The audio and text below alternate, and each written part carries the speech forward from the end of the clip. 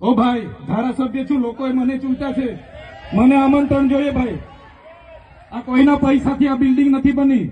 પ્રાયતનાજી, શર્માજી, તકલીફ આપતો તો કેમ ભાઈ તમે અમને જાણ નથી કરતા? કેમ આમંત્રણ નથી આપતા? તમારું વહીવટી તંત્ર હું ધંધા કરે છે ને બધું ખબર છે. હમણાં મોદી સાહેબ આવ્યા હતા, ખર્ચો થાય ભાઈ, 8-10 કરોડ રૂપિયાનો ખર્ચો થાય. તમે દેવ મોગરામાં ડેકોરેશન માટે કલેક્ટર સાહેબ 16 કરોડ રૂપિયાનો અમારા આદિજાતિ બજેટમાં ખર્ચો પાડ્યો છે. તમે ત્યાં મોદી સાહેબના મંડપના સ્ટેજ માટે 15 કરોડના ખર્ચા કર્યા છે. ટોયલેટ, મોબાઈલ ટોયલેટ માટે 2,40,000નો 2 કરોડ ને 40 લાખના તમે ખર્ચા પાડ્યા છે. નાસ્તા માટે 2 કરોડ ખર્ચા પાડ્યા છે.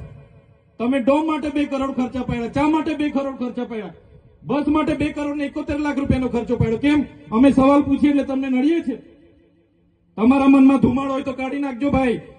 બરાબર છે, આ જનતાના ટેક્સના પગારે આપણે બધા છે. આ જનતાના ટેક્સનો પગાર મને પણ મળે છે, તમને પણ. કલેક્ટરથી તલાટીથી લઈને કલેક્ટર સુધીના બધા તમે નોકર છો, અમે બધા સેવક છે. આ લોકોએ જે પણ કે અમે પ્રતિનિધિ છે, અમને અધિકારો આપ્યા છે. તમે અમને કેમ અહીંયા બોલાવ્યા નથી? ના સાહેબ, અમારે વિદ્યાર્થીઓ સામે કેવું પડે છે. અમને કઈ, તમે દર વખતે ચિકદામાં કીધું, દર વખતે આ જ પ્રશ્ન ઉભો કરો છો, દર વખતે આ જ પ્રશ્ન ઉભો કરો છો. ઓ ભાઈ, ધારાસભ્ય છું, લોકોએ મને ચૂંટ્યા છે, મને આમંત્રણ જોઈએ ભાઈ. આ કોઈના પૈસાથી આ બિલ્ડિંગ નથી બની, તમારા ઘરના પૈસાથી બની છે. અરે વિષય પર તો મને આમંત્રણ કેમ નથી આપ્યું? મને જાણ કોઈ એક ફોન કેમ નથી કર્યો? કેમ ભાઈ? અમે ધારાસભ્ય ચૂંટાયેલા છે, લોકોએ અમને અધિકાર આપ્યા છે, અમારો અવાજ તમે દબાવવાની વાત કરો છો.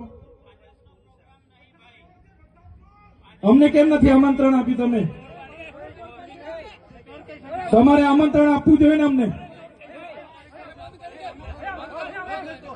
ઓ ભાઈ, બંધ કરી દેવાડો, મારા અધિકાર છે ભાઈ. તમે આવો, બંધ કરી દે એટલે, બંધ કરી દે એટલે આમંત્રણ કેમ નથી? બંધ કરી દે એટલે, બંધ કરી દો એટલે, બંધ કરી દો એટલે આમંત્રણ આપવું જોઈએ ને તમારે. અમને તમે આમંત્રણ કેમ નથી આપ્યું ભાઈ? અમે ચૂંટાયેલા ધારાસભ્ય છે, અમને એક ફોન કોઈનો આવ્યો નથી. કલેક્ટર સાહેબની જવાબદારી છે. આ કોઈના કમલમના પૈસાથી આ બિલ્ડિંગ નથી બની ભાઈ. કોઈ તો પછી પણ સાહેબ, અમે તમારી રિસ્પેક્ટ કરીએ છીએ અને દરેક સરકારના કાર્યક્રમમાં હું હાજર રહું છું.